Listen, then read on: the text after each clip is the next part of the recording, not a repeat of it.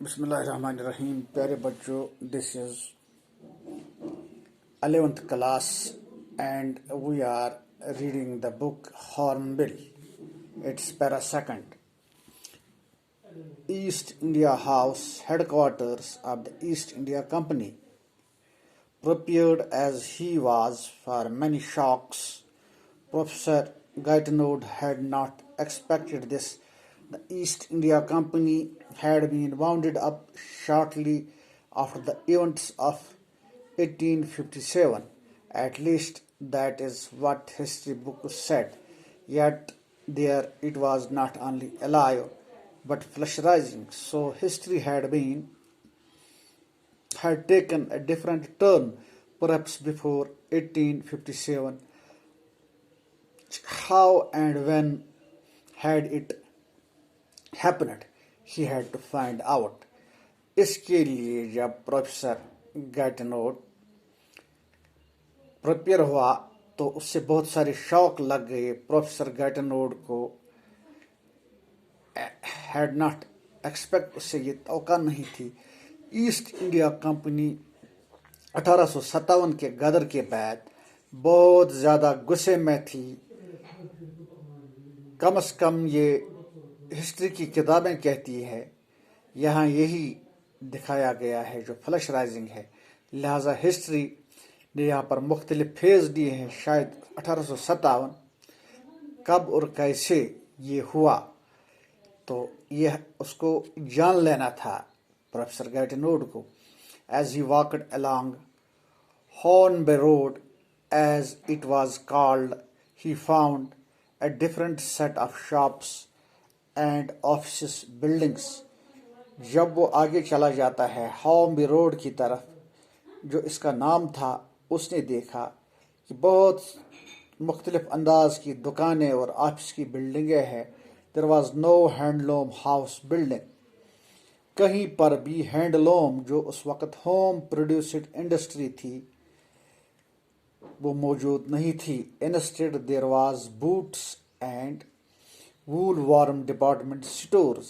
इसके बदले में वहाँ पर जूते और गर्म कपड़ों के स्टोर थे.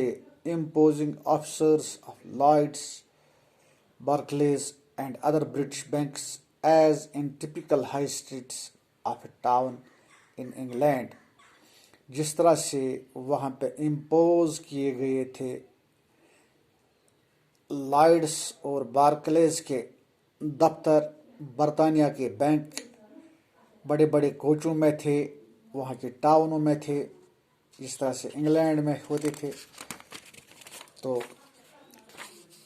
ही टर्न राइट अलोंग होम, वो वहाँ से बाएं ओर मुड़ा घर की तरफ, street, home street, and entered Forbes building, और फोर्ब्स बिल्डिंग में वो दाखिल हो गया. I wish to meet Mister Vinay Gaitonde please. मैं मिस्टर विनय गैटिनोड से मिलना चाहता हूँ, उसने कहा. एक अंग्रेजी इस्तकबालिया जो रिसेप्शनिस्ट था वहाँ पे. She searched through the telephone list, उसने टेलीफोन लिस्ट में उसको ढूंढा, विनय गैटिनोड को, the staff list, and then through the directory of employees of all the branches of the firm, और फिर जो भी मुलाजिम इस फर्म के थे उनके थ्रू ढूंढा.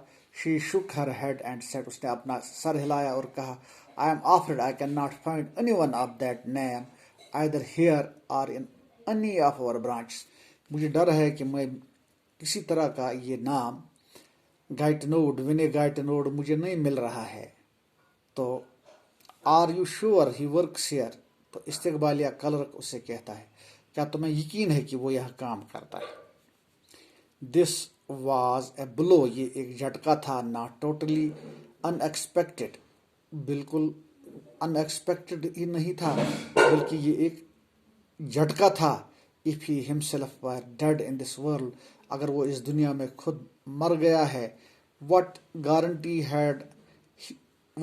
Had he that his son would be alive. तो अगर वो खुद मर गया है तो क्या गारंटी है कि उसका बेटा जिंदा होगा. Indeed he may not even have been born, यानी कि ऐसा है ایسا موقع یہاں پہ لگتا ہے کہ جیسے وہ پیدا ہی نہیں ہوا ہے. He thanked the girl politely. اس نے لڑکی کا شکریہ ادا کیا بڑے ہی شائستہ انداز سے and came out. اور وہاں سے باہر نکلا. It was characteristic of him not to worry about where he would stay. یہ اس کی ایک خاصیت تھی کہ وہ پریشان نہیں ہوتا تھا کہ وہ کہاں پر ٹھہر جائے گا. His main concern was to make his way to the library of the ascetic society to solve the riddle of history. اس کا جو بنیادی کنسرن ہوتا تھا وہ کسی لائبریری میں جانا ہوتا تھا, وہاں پہ تواریخ کی کتابیں پڑھنا تھا اور تواریخ کی ان گتھیوں کو سلجھانا ہوتا تھا. Grabbing a quick lunch at a restaurant, he made his way to the town hall.